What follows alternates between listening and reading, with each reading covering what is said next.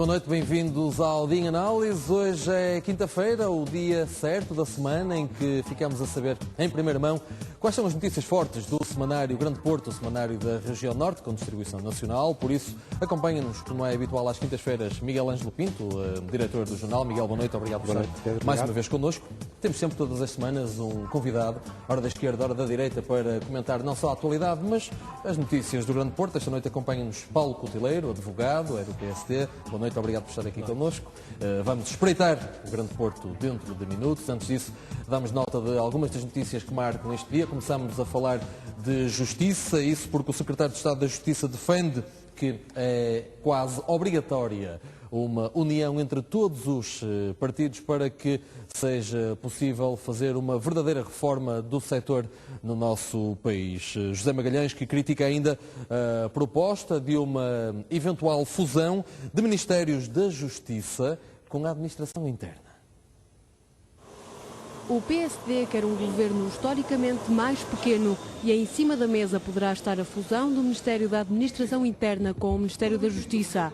Ora, José Magalhães recorda que o sistema judiciário português está em plena remodelação. Isso exige capacidade de comando, exige que não se parta o Ministério da Justiça, isto é, exige que não se funda o Ministério da Justiça com o Ministério da Segurança Interna, porque isso daria uma mega confusão e daria ao setor da Justiça meio ministro. O acordo com a Troika não esgota o programa para a Justiça em Portugal. A garantia foi deixada pelo secretário de Estado da Justiça, que, à semelhança de Rui Rio, pediu consensos para que se avancem com mais reformas no setor. Exige que se abandone em absoluto a briga ou o ataque motivado em interesses corporativos e mesquinhos ou em partidarita aguda e se busquem soluções concretas em cooperação para problemas que todos conhecemos que existem. José Magalhães admite que é preciso acelerar as decisões judiciais e para isso há já um conjunto de reformas em vigor, como a digitalização dos processos e o reforço dos meios humanos e técnicos na investigação. Palavras que chocam com Marinho Pinto, que acusou o governo de ter aceitado um memorando de entendimento que visa reformar a justiça apenas à luz de razões economicistas. Foi hoje inaugurada a nova ligação do viaduto da Perlada, que liga a zona do Carvalhido à Circunvalação. Uma obra que esteve parada há mais de 2 décadas e que pretende tornar mais fluido o trânsito nas entradas e saídas da cidade do Porto.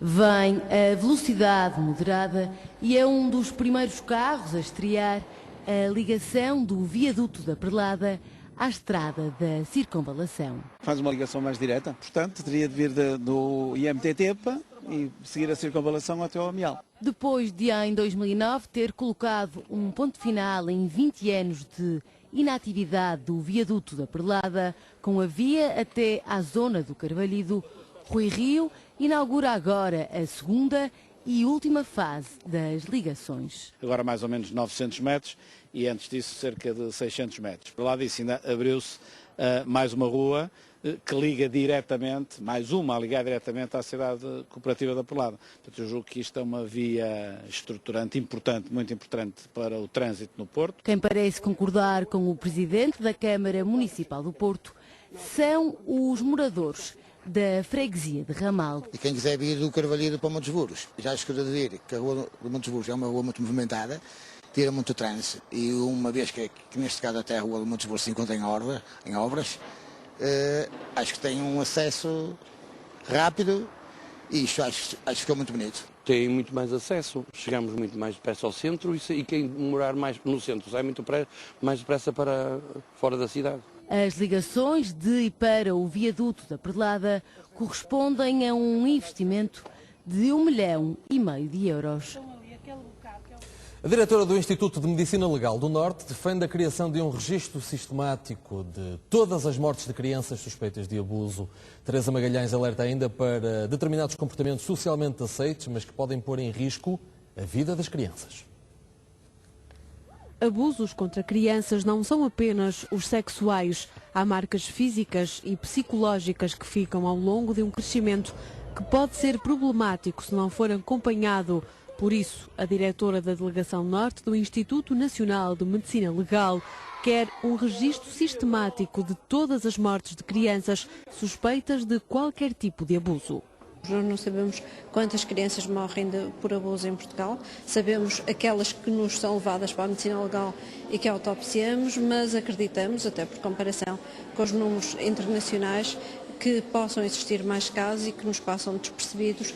A sociedade tolera que os pais batam nos filhos como forma de educar ou até de castigar, mas uma simples bofetada pode causar danos irreparáveis. Porque uma bofetada é evidente que pode não deixar marcas nenhumas, mas pode deixar marcas e algumas graves e pode provocar até a morte. Porque estamos a falar de uma zona que aloja órgãos sensíveis, como o olho, como o ouvido, como o encéfalo.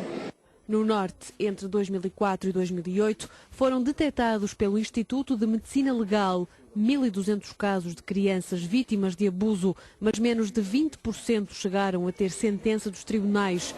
Por isso, no segundo Congresso Internacional sobre o tema, Resmi Oral veio de propósito dos Estados Unidos para explicar como funciona o centro que recebe crianças suspeitas de terem sido abusadas. Interviews the child alone. Resmi Oral diz que as crianças são entrevistadas sozinhas numa sala específica para o efeito, onde tudo o que é dito é gravado através de um sistema de vídeo. Às vezes, as autoridades envolvidas no processo estão a assistir e o próprio suspeito também tem essa oportunidade.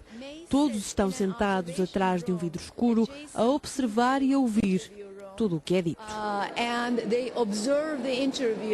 O modelo podia ser aplicado a Portugal como forma de tornar mais célere as decisões de abusos contra crianças. E a Polícia de Segurança Pública do Porto deteve 11 pessoas por suspeita de tráfico de droga. Foram ainda apreendidos cerca de 50 quilos de haxixe e 3.700 doses de cocaína. É uma nova moda e uma nova preocupação, pequena e difícil de encontrar. É a chamada droga sintética e dá pelo nome de MDMA. Só no ano passado foram detectadas mais de 40 novas drogas na União Europeia. E na apreensão da passada madrugada, realizada pela PSP do Porto, também havia droga sintética. Mais difíceis de encontrar porque são mais fáceis de dissimular em locais onde as pessoas pretendem ocultar. Portanto, têm sido encontradas em pequenas quantidades. Estas agora foram cerca de 50 gramas deste produto estupefaciente que foi apreendido e, portanto, já é uma quantidade bastante razoável. Na operação da PSP estiveram envolvidos quase 200 homens. Em resultado de 29 buscas domiciliárias, foram detidas 11 pessoas. A polícia apreendeu ainda 50 quilos de haxixe e 3.700 doses de cocaína. Em termos de dinheiro, foi também encontrada uma quantidade muito substancial de dinheiro, portanto, cerca de 65 mil euros em notas.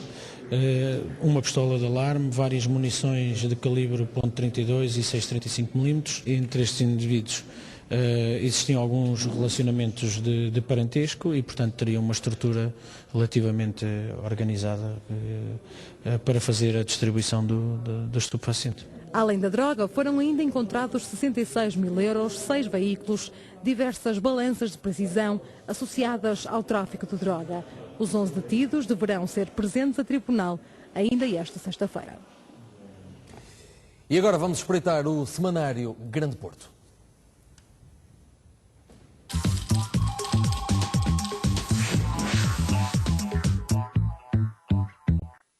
E por isso, como é hábito, começamos por dar a palavra ao diretor deste jornal, Miguel Força.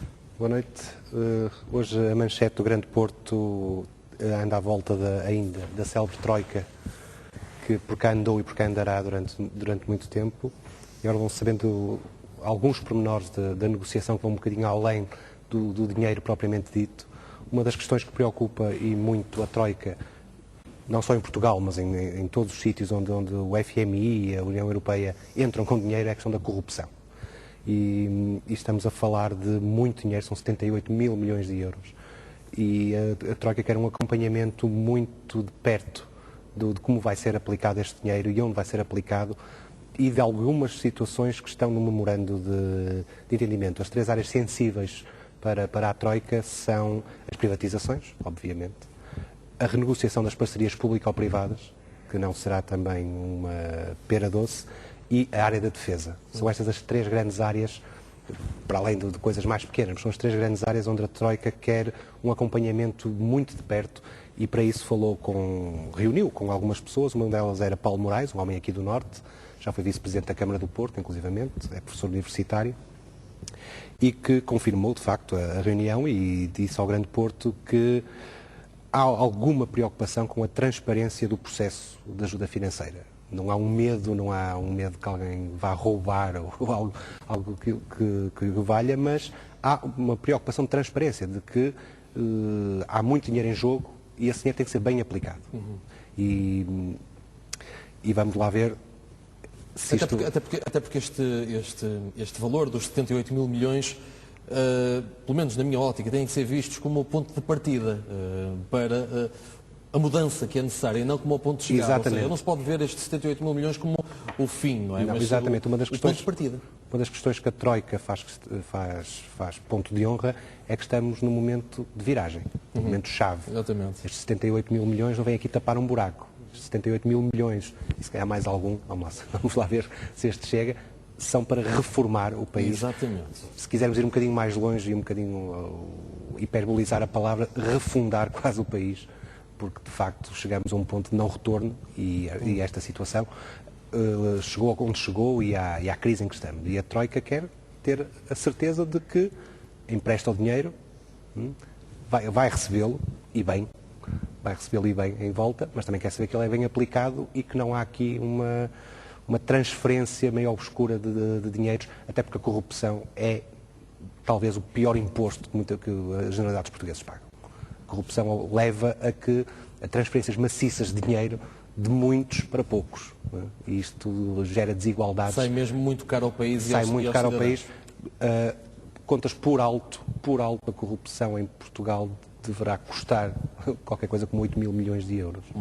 É muito dinheiro. Nós normalmente comentamos de 3 em 3 notícias, mas hoje propunha, Miguel, que tendo em conta que o Dr. Paulo Coutileiro também já foi vereador da Câmara Municipal do Porto, precisamente na altura em que Paulo Moraes era vice-presidente de Rui Rio, portanto conhece-o bem, eu propunha que antes de espreitarmos as outras notícias, que comentássemos um pouco esta. Precisamente nesta ótica das 3 áreas sensíveis, as privatizações, a questão das PPPs e da defesa. E é compreensível lermos, pelo menos penso eu que se compreende ler esta manchete do Grande Porto, que a Troika quer a corrupção fora de acordo, precisamente porque estes 78 mil milhões não são os tais 100 e tal mil milhões que se falavam, ou seja, é um valor que não é tão elevado como seria de esperar, e o que significa que esta Troika, ou triunvirato, como Paulo Portas diz, vai exigir que essas verbas sejam efetivamente bem aplicadas onde são necessárias. Exatamente. Se me permite, deixe-me desde já felicitar o diretor do Grande Porto por esta caixa, não é? Todos os dias, todos os jornais dedicam páginas e mais páginas à situação presente e à intervenção da Troika, mas é a primeira vez que eu leio isto num jornal, portanto, os meus parabéns. Também me parece que isto não é novidade do ponto de vista do que têm sido outros processos de ajuda internacionais a outros países. Tanto quanto eu julgo saber, é normal o FMI, o Banco Central Europeu, rodearem-se de um conjunto de entidades independentes que irão escrutinar o bom cumprimento, a boa execução dos acordos celebrados. E assim está correto. E assim é que deve ser. E, portanto, penso que é disso que estamos aqui a tratar. Quanto à escolha também de Paulo Moraes, penso que aqui, talvez não enquanto pessoa individual, mas pela ligação que tem à transparência internacional, também penso que é feliz essa instituição internacional, tem pergaminhos e, portanto, também é um garante de que vai ser um processo sério. E realmente, como diz o Miguel Ângelo, estamos num processo quase de refundação. E estando de refundação, é bom que o aproveitemos para incutir as boas práticas. Começar pelo próprio Governo, o Governo que aí vem, as entidades públicas que irão ter que seja também... ele qual for. Seja ele qual for, o Governo, os deputados, os governantes, os institutos, as empresas que depois irão ter que, na prática, executar este acordo que foi agora celebrado. É que não vai haver muita margem de manobra. No fundo, quer dizer, eu penso, parece-me a mim que temos que, independentemente da troca de argumentos que vai continuar a acontecer neste período de pré-campanha, digo a continuar porque já está muito quente e ainda mais quente vai ficar, mas independentemente de tudo o que possa ser dito, a verdade é que o futuro Governo seja de coligação, não seja ele qual for, vai ter margem de manobra mínima, ou seja, qualquer tipo de decisão ou de atitude que venha a tomar com este fundo que a Troika nos vai dar, vai ser escrutinado ao pormenor. Eu diria que isto é um compromisso mínimo, ou seja, isto é o que efetivamente nós temos que fazer, é o que o Governo de Portugal vai ter que implementar e vai ter que fazer. E que vai ser escrutinado. E vai ser escrutinado, seja ele qual for. Depois haverá naturalmente uma outra margem que é para outras decisões que irão ser tomadas e que poderão ser implementadas. Mas isto é, de certa maneira, o serviço mínimo. É o serviço mínimo que se espera que quem for eleito no dia 5 de junho entregue ao país quando terminar a próxima legislatura. O Grande Porto nos nota aqui de 3 áreas sensíveis, as privatizações, as PPPs e a defesa. Eu acho que fazem sentido, quer dizer, são realmente, quer pelos montantes que estão em causa, quer pela própria natureza e pela própria sensibilidade destas 3 áreas, eu acho que faz sentido que haja uma maior atenção. Mas há aqui uma que é destas particularmente sensível, pelo menos parece-me a mim, posso estar errado, mas parece-me que a questão da defesa é particularmente sensível, porque a instituição militar tem um peso brutal e não é fácil lidar. Sim, aqui a questão de defesa, desde logo, porque também estamos perante uma função de soberania, portanto uma função que também está a paredes meias com os negócios estrangeiros. E se nós nos lembrarmos do caso Wikileaks e do terremoto que ele provocou, percebemos que esta é uma área de algum secretismo, de que não está muitas vezes habituada a ser escrutinada. Tem que ser tratada com muito cuidado. Com muito cuidado. E é por isso que também eu acho que é importante que quem vá, então, na prática, acompanhar estas execuções, sejam também entidades acima de qualquer suspeita, entidades sérias, com bom nome na praça, para que nos garantam que o processo não terá conotações políticas, mas que será feito de uma forma limpa e correta. Exatamente. Miguel Ângelo, vamos espreitar as outras notícias que marcam a vossa capa desta semana. Vamos, sim, senhor. Manuel António Pina, galardoado com o Prémio Camões, era inevitável. Um homem do Porto, das letras e do jornalismo do Porto, recebe o maior galardão da língua portuguesa, digamos assim. E junta-se a nomes como Agostina Bessa Luís, Saramago, Miguel Torga. Torga. Portanto, uma distinção justa, digamos assim, para um extraordinário poeta e um cronista de exceção do Porto. É bom que se note que às vezes estas coisas passam assim por lá.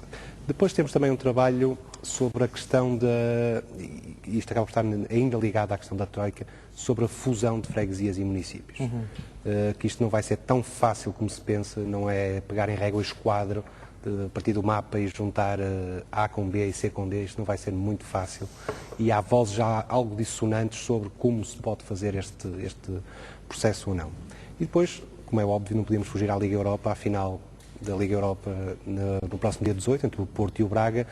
Juntamos à mesa Hernani Gonçalves, adepto do Porto, e Miguel Pedro, que é o baterista dos Mão Morta, adepto do Braga e presidente da Assembleia Geral da SAD do Braga. E escolhemos para a citação de capa este bitite de Hernani Gonçalves a dizer que uma final como esta é como o Cometa Ala, isto só de 76, em 76 anos é que acontece, mas de facto acontece em 2011 e lá vão estar os dois clubes cá de cima, do Norte, a lutar por ela. É um bitite, como diz a própria expressão, um bitite à professora Hernani, sendo que aqui, neste caso, a última vez que aconteceu não foi há 76 anos atrás, porque nunca aconteceu. Portanto, é esse pormenor. Há ainda mais duas notícias, mas depois já nos vais dar nota, Miguel, das duas que faltam, mas antes disso, regresso à conversa com o Dr. Paulo Coutileiro, para lhe perguntar se... Vamos, antes de irmos à questão do Prémio Camões, esta Liga Europa, gosta de futebol? Eu gosto de futebol. Está feliz então com uma final europeia? Estou. Disputada em Dublin, com duas equipas portuguesas? Só curioso saber quem é o árbitro, exatamente. Vamos a ver se a UEFA se enche de coragem e chama um árbitro grego para que tudo fique em causa, bem colocado, e que se calhar a Troika possa também colocar como quarto árbitro. Ou um finlandês. Exatamente. Pode ser. Mas aí corríamos o risco de haver agressões ao árbitro. Sim. Mas tudo bem escrutinado pelo Dr. Paulo Moraes. Exatamente. A questão das freguesias e municípios é que já é outro assunto que é um bocado mais sensível. Eu acho que isto é mais sensível, mas de facto era algo que mesmo sem a Troika teríamos que ir um dia falar disto e meter as mãos na massa, como se costuma dizer. Temos a sensação que de facto independentemente das questões de natureza financeira, há aqui alguma distorção, há aqui algum desfazamento entre o mapa de municípios e de freguesias, que já tem décadas e décadas, com aquilo que efetivamente vai sendo a realidade dos espaços urbanos e rurais em Portugal. E, portanto, o olhar-se para isto agora com uma especial atenção por força da imposição da Troika, parece-me que algo pode vir a ser bastante saudável. Não conheço o que estará lá dentro do Grande Porto, vai ser sensível, mas eu acho que há aqui várias margens de consensos onde poderemos caminhar. Eu acho que há aí o reforço do municipalismo poderá passar muito por municípios integrarem serviços, partilharem serviços. Exatamente. E com isso conseguirem fazer o mesmo com menos custos. Exatamente. Estou aqui a pensar as recolhas de lixo, estou aqui a pensar na própria gestão de recursos humanos, gestão de equipamentos públicos, de lazer. Penso que aí realmente podemos fazer. E acho que também hoje temos autarcas que já começam a ser sensíveis a esse tipo de preocupação. Portanto, acho que se começarmos por aí, se calhar depois o mais difícil será também feito. Uma pergunta que pode ser pertinente ou não, depende da própria abordagem, e que começo por fazer ao Miguel, porque tu és também muito crítico nestas matérias. Se efetivamente se confirmar esta fusão de freguesias e municípios e se funcionarem bem, pode ser uma forma indireta de efetivamente a regionalização começar a dar outra vez passos, porque neste momento parece que está completamente morta. Não me parece. Não me parece. Acho que nem por aí.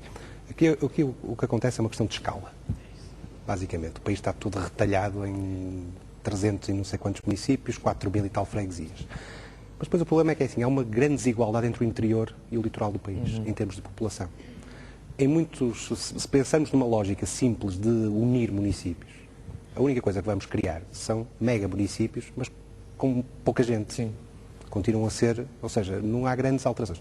O que pode acontecer é numa lógica, principalmente nos centros urbanos, né? E aí ter que haver um reforço das juntas metropolitanas, aí sim, vai ter que haver um reforço do papel das juntas metropolitanas, muitas freguesias, chamamos agora as freguesias, algumas urbanas, outras menos urbanas, aqui à volta do Porto, Gaia, funcionar quase numa lógica de loja do cidadão. Isto o que é que vai poupar dinheiro, basicamente. Ou seja, porque há juntas de freguesia, isto às vezes as pessoas levam estes comentários um bocadinho a mal, mas há juntas de freguesia aqui muito perto, não estamos a falar de exemplos no estrangeiro, nem muito longe, aqui muito perto, que têm psicólogo, sociólogo, têm coisas inacreditáveis para uma freguesia, e cujo custo lhe ronda os 60%. Em termos de custos, só com pessoal. E que não justifica. O que não justifica. Muito menos agora. Portanto, eu acho que a lógica passará mais por isso. Agora, cortar a régua e o esquadro e começar a juntá-los, primeiro há questões históricas, começa logo por aí. Depois há as questões das próprias, aquelas guerras internas e intestinas que nunca se vão ultrapassar entre partidos, entre regiões e portanto, terá que haver aqui um reforço das áreas metropolitanas, no caso do litoral, e repensar-se, de facto, a organização do interior, em termos de acessibilidade, em termos da forma como se comunicam com os grandes centros. Agora, isto poder ser um passo diferente para a regionalização não me parece. Não. Acho que a regionalização, o único passo que tem que dar é fazer-se mesmo. E um exemplo de que a regionalização pode ser um bom passo é o futebol. Porque o futebol está regionalizado. É uma coisa curiosa. A primeira experiência regional que existe, assim, de divisão regional do país, antes do 25 de Abril, por exemplo, são as associações de futebol. É um facto. É um facto, isto é verdade. E o facto é que resulta, não é? Exatamente. E o facto é que resulta, e tanto é que agora vai haver a prova é que temos uma final da Liga Europa com 2 equipas do Norte e temos uma final da Taça de Portugal com 2 equipas do Norte. Portanto, se calhar não é por estes pequenos passos assim nas margens do processo que se pode ir lá. Acho que o processo de regionalização para avançar mesmo, mas não vai avançar, como já falámos isso várias vezes. Dr. Paulo Coutinho. Não, eu subscrevo o que o Miguel Ângelo acaba de dar nota. Acho que temos que ir por passos e acho que realmente um plano é este do municipalismo e da maior integração de freguesias e autarquias como os municípios, e outra dimensão é a da regionalização. Há mais 2 notícias que falta espreitarmos. Vamos novamente à vossa capa, Miguel Ângelo. Exatamente. Temos aqui uma notícia de uma exposição que vai começar na Alfândega. Amanhã? Amanhã, exatamente. O Aqua Meeting, ela está aqui por uma razão muito simples. E que também vem na sequência de outro trabalho que temos dentro, que é uma entrevista com Melchior Moreira, o Presidente do Turismo do Porto e do Norte. 2010 é o melhor ano de sempre do turismo na região. E a questão de aproveitamento como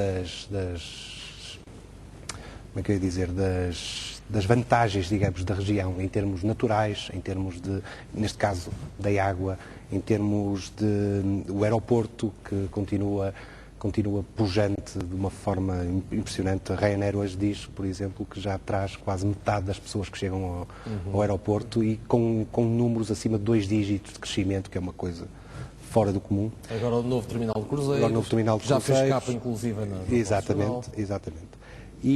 Ou seja, isto vem mostrar que há um caminho a seguir. E o turismo e os serviços é de facto um deles. Serviços de qualidade. Quando falamos aqui nesta mostra, estamos a falar de coisas de muita qualidade. Não estamos a falar desculpando-me o termo, daquele turismo pé de chinelo. Estamos a falar de coisas de muita qualidade e é o único caminho para onde se pode andar. Não vale a pena ter outras ideias mais ou menos megalómanas. O caminho há aqui um desafio que é saber rentabilizar as potencialidades que existem no campo do turismo na região. Um facto. E depois temos outra notícia também de desporto, com o handball do Futebol Clube do Porto, que é tricampeão e agora quer ir à Liga dos Campeões também de handball. Isto surge também aqui este trabalho numa lógica de que o Futebol Clube do Porto está à porta de fazer um pleno, depois do futebol, nas modalidades. Certo. Com o hóquei, com o basquete, com o handball, que já é tricampeão. No handball já é, só falta mesmo o hóquei e o basquete, que está muito perto. Para fazer um pleno que, curiosamente, a última vez que aconteceu foi, se não me engano, no Penta. Quando o Porto foi pentacampeão, aí juntou tudo. Que é algo atrevo-me a dizer, de extraordinário, seja qual for o clube, seja Porto, seja Benfica, seja Guimarães, seja quem for, ter um clube a sagrar-se campeão nacional em futebol, handball, hóquei, basquetebol. Já não é um clube, é uma marca. É uma marca. Eu também subscrevo, ou seja, percebemos que os sucessos do futebol não são um acidente, ou seja, correspondem a um trabalho que é feito por uma instituição, por pessoas que estão em todo lado e, portanto, isso é significativo da importância que o Porto tem e até como exemplo que poderá servir para outras atividades que não de natureza desportiva, mas de natureza económica e empresarial. Muito bem. Tendo em conta que já espreitamos todas as notícias do Grande Porto e já as comentamos, eu não posso deixar de aproveitar o facto do Dr. Paulo Coutinho ser advogado para lhe pedir também a sua opinião sobre aquela que foi a nossa notícia de abertura, o ponto de vista do Secretário de Estado da Justiça, José Magalhães, que considera que deve haver efetivamente uma espécie de acordo entre todos os quadrantes para que a reforma seja realizada. Eu confesso que fiquei muito surpreendido com as declarações do Secretário de Estado da Justiça. Porque... Surpreendido pela positiva ou pela negativa? Não, nem pela positiva nem pela negativa. Eu diria que é um bocadinho como o cometa Halley, como há pouco estávamos a referir. Porque, repare, por um lado, falar agora de consensos, um governo que está há 6 anos em funções, parece-me um pouco estranho.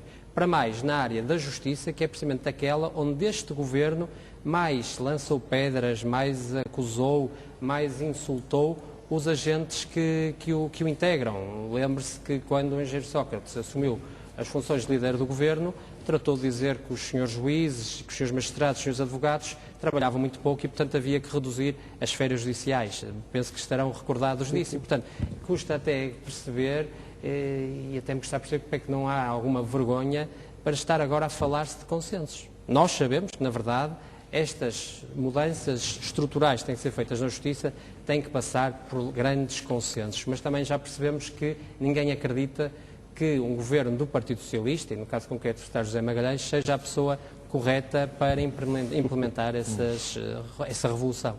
Muito bem, Dr. Paulo Coutinho, muito obrigado também pela sua observação sobre esta notícia, aproveitando o facto de ser advogado, e obrigado por ter vindo aqui de novo ao nosso dia em análise. Muito obrigado, Dr. Paulo Coutinho. Miguel Ângelo, voltamos a encontrar na próxima semana. Muito obrigado, Pedro. Às quintas-feiras. Miguel Ângelo Pinto dá-nos nota dos temas fortes do semanário Grande Porto, que, como disse, está sempre nas bancas a nível nacional. Às sextas-feiras é um semanário da nossa região. É a altura de espreitarmos algumas das notícias que marcam este dia. Vamos à regular síntese da meia-noite. Como o Dr. Paulo Coutinho acabou de comentar, o Secretário de Estado da Justiça defende que é preciso uma união dos partidos sobre a reforma do setor. José Magalhães critica ainda a proposta de uma fusão de Ministérios da Justiça com a Administração Interna. Foi hoje inaugurada a nova ligação do viaduto da Perlada, que liga a zona do Carvalhide à Circunvalação, uma obra que esteve parada há mais de 20 anos. Pretende tornar mais fluido o trânsito nas entradas e saídas da cidade do Porto, uma notícia que já vimos neste dia em análise. Digo-lhe ainda que Laurentino Dias garante que o estádio do Jamor tem condições para a final da Taça de Portugal. O secretário de Estado da Juventude e Desporto escorreu-se ainda a comentar as críticas do presidente do Futebol Clube Porto. Vamos seguir em frente neste dia em análise e seguimos em direção ao Minho. Em Melgaço já era esperado há algum tempo que fosse dada luz verde para o avanço da construção da unidade de cuidados continuados no Centro de Saúde. Um investimento de cerca de 1 milhão de euros, que contará com 30 camas e serviço de fisioterapia e terapia da fala. Espera-se que a obra esteja concluída no final deste ano. A unidade de cuidados continuados que vai ser construída no Centro de Saúde de Melgaço já era esperada há algum tempo. Agora, dado o avalo para um investimento de cerca de 1 milhão de euros, a unidade será uma mais-valia na prestação de cuidados à população. Para investimento da ordem de 1 milhão de euros, que é criar os 30 camas de cuidados continuados no Centro de Saúde de Melgaço, naturalmente com internamento, com cozinha, com todos esses equipamentos que são indispensáveis. Com terapia da fala, fisioterapia, enfim, é uma unidade já com indiscutível capacidade de resposta e que naturalmente para nós é muito importante, é um processo que vinha ultimamente a arrastar. As terapêuticas praticadas na unidade estarão também disponíveis para a população em geral. Estes serviços vão estar abertos à população, não é apenas para os utentes do Centro de Saúde deste e dos outros que possam recorrer aqui aos cuidados continuados, nem só os utentes dos cuidados continuados, mas sei lá, a terapia da fala ou a fisioterapia, qualquer munícipe pode ter acesso a estes serviços e as próprias instalações vão ter o cuidado de ter um acesso independente para os utilizadores normais que não são utentes da própria unidade de cuidados continuados. Prevê-se que o concurso para a obra seja lançado nos próximos dias e que a unidade de cuidados continuados esteja concluída até ao final do ano. Assinalou-se hoje o Dia Internacional do Enfermeiro. Para marcar a data, a Unidade de Guimarães, do Centro Hospitalar do Alto Ave, organizou rastreios gratuitos da hipertensão e da diabetes para a população. O dia serviu ainda para se refletir sobre as competências nos cuidados prestados pelo enfermeiro, sempre numa perspectiva de aproximar os profissionais dos utentes. O enfermeiro assume um papel cada vez mais importante para o bom funcionamento das instituições de saúde. Foi esta a mensagem deixada no Dia Internacional, que foi assinalado com jornadas científicas e rastreios. Acho que é bom a gente ver os diabetes, que aliás eu sou diabética também, infelizmente, e ver a tensão, que é o que fazem aqui. Temos que olhar para a saúde. Que conselhos é que leva daqui hoje? Acho que aquilo que a enfermeira disse, que devo de vez em quando medir a tensão, também medir também os diabetes e ter cuidado com a alimentação e tudo. Acho que foi bom. Promover o bem-estar e contribuir para o aumento do nível de saúde é o lema de quem trabalha para a comunidade. Quando os profissionais estão especialmente orientados e preocupados com o exercício competente da sua profissão, naturalmente ganham espaço nas organizações. É o que está a acontecer com os enfermeiros e ainda bem. Rastreios na área da hipertensão, na área da diabetes, uma outra parte que é a parte de ensinos, doentes ostomizados, por exemplo, estamos a entrar numa época que é o verão, as queimaduras solares, o tipo de vestuário que estamos a usar, fazemos também ensinos nessas áreas. Aproximar os enfermeiros dos utentes, ao mesmo tempo que se promovem novos estilos de vida, é o desafio que se mantém. E no Hospital Pedro Espana, em Matosinhos, a data serviu para sublinhar a falta de enfermeiros que a classe avisa.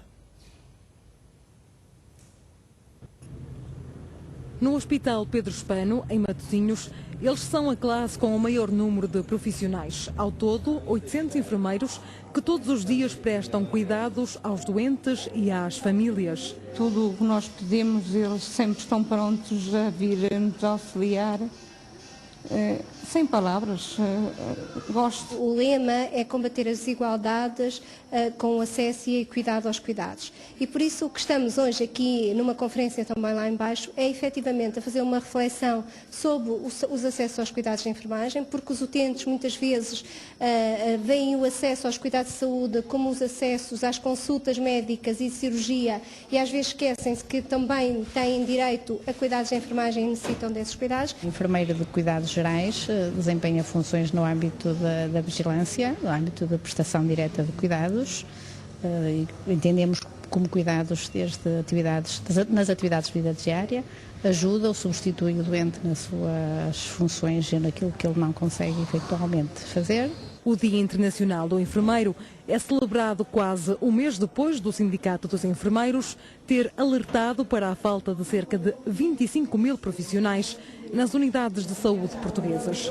Uma falta que já é sentida e que se estima que se agrave no futuro. A esperança de vida aumentou muito, temos uma população idosa cada vez maior e como todos sabemos, menos gente jovem para ajudar a cuidar, portanto a necessidade vai ser maior.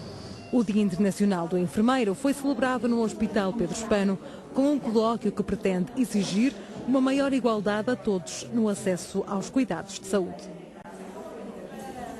A seguir neste Dia Análise falamos de basquetebol, handball e de futebol.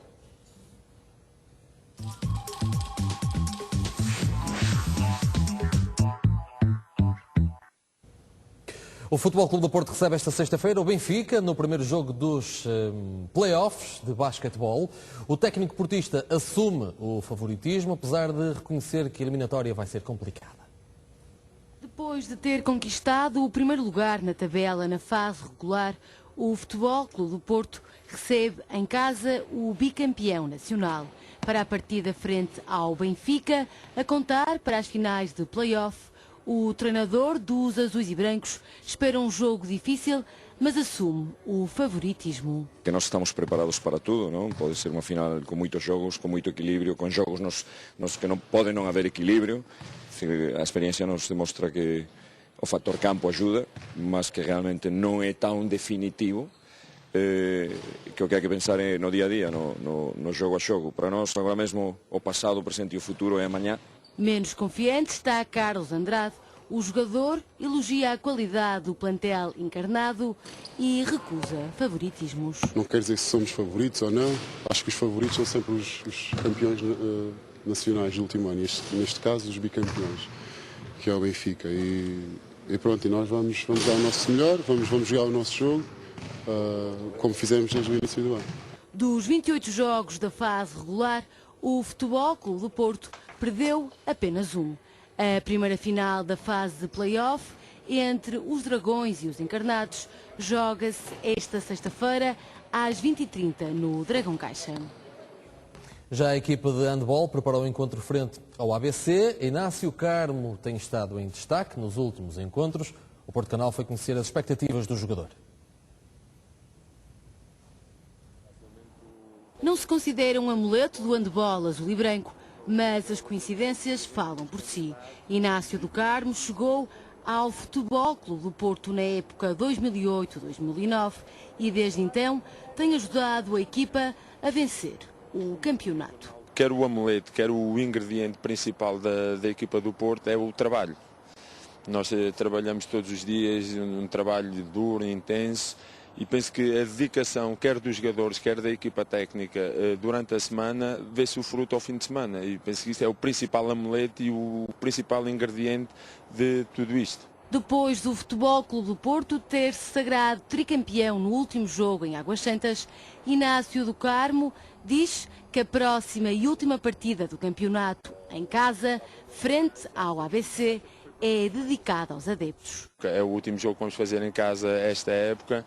Felizmente já atingimos o nosso objetivo, que era ser campeões, então é um agradecimento muito especial para eles, porque eles também fizeram parte do grupo que trabalhou a época toda para ser campeão.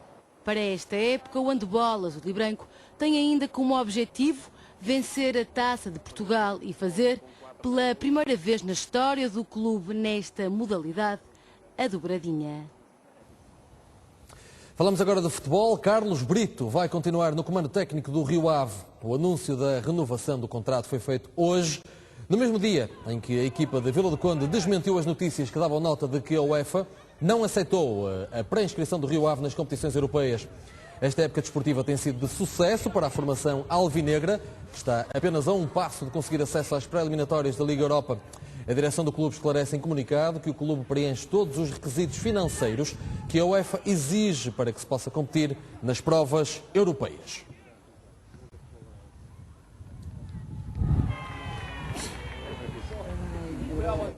E no Vitória de Guimarães, concentração máxima para o último encontro do campeonato. Basílio Marques admite que não espera um jogo fácil frente à já despromovida Naval, 1º de maio, mas está otimista e quer trazer mais uma vitória para casa.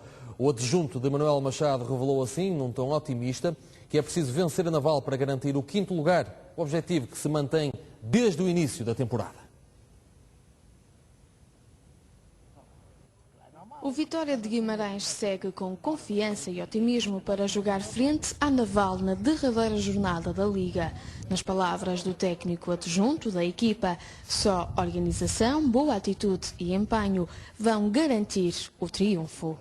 Penso que em termos de qualidade, se o fizermos e com os níveis de confiança que temos vindo a melhorar, parece-me que temos e vamos com o objetivo de vencer esta Naval. Vencer a Naval é o objetivo, mas são também esperadas dificuldades, ainda que frente a uma equipa já despromovida.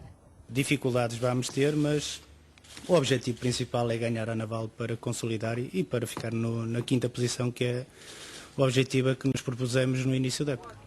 Acabar o campeonato vencendo a Naval é para Basílio Marques a melhor injeção de confiança para lutar depois no Jamor. Aquilo que nós temos vindo a trabalhar é pensar somente neste jogo, porque se calhar o outro sem um resultado positivo não é a mesma coisa. Então estamos concentrados e empenhados neste jogo ao máximo. A uma semana do sonho da final da Taça de Portugal, concentração máxima para a jornada 30, o Vitória desloca-se este sábado à Figueira da Foz. A seguir do Dia Análise falamos da pré-campanha para as legislativas de 5 de junho.